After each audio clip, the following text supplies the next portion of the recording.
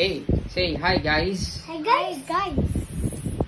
Okay, so for today, Hi guys. we are about to eat our lunch. So let's see if Shanky and Ate Yumi can eat our ulam, which is, what's this, anak? What? This one is laing and this one is Langka. langka. Okay, so let's see if Ate Yumi can eat the langka. And Right. let's see if she likes it very much. Okay, let's check. While I do the green one. Ate Yumi first. Hang Okay, on. I'll just put it here. Okay, look.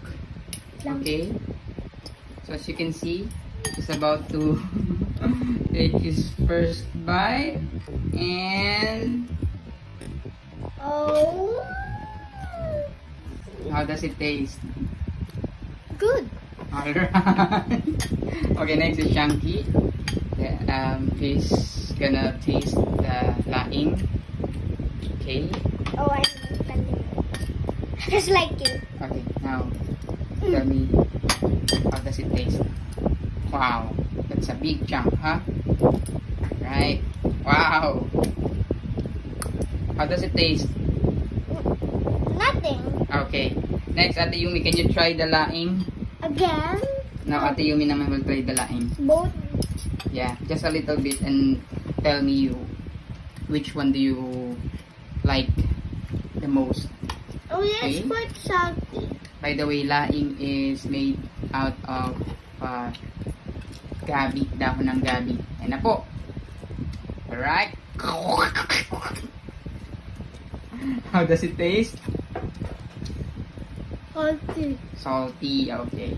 I want to eat Okay, this. Shanky, you try the langka. I And don't tell want to me. try it. Okay, go. Ate Yumi tried both of the ulam so you try that. Okay. Oh my gosh. 1, 2, 3.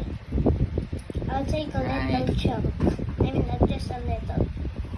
1. Is it okay with no rice? Yeah, it's okay. Okay. 1, You will 2, really 3. taste it. How was it?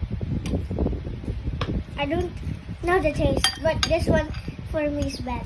Okay. I like this better. Okay, so that's our video for today. Say bye-bye, guys. Bye guys. Okay, Always tell your viewers to eat healthy foods. Go. eat it right now.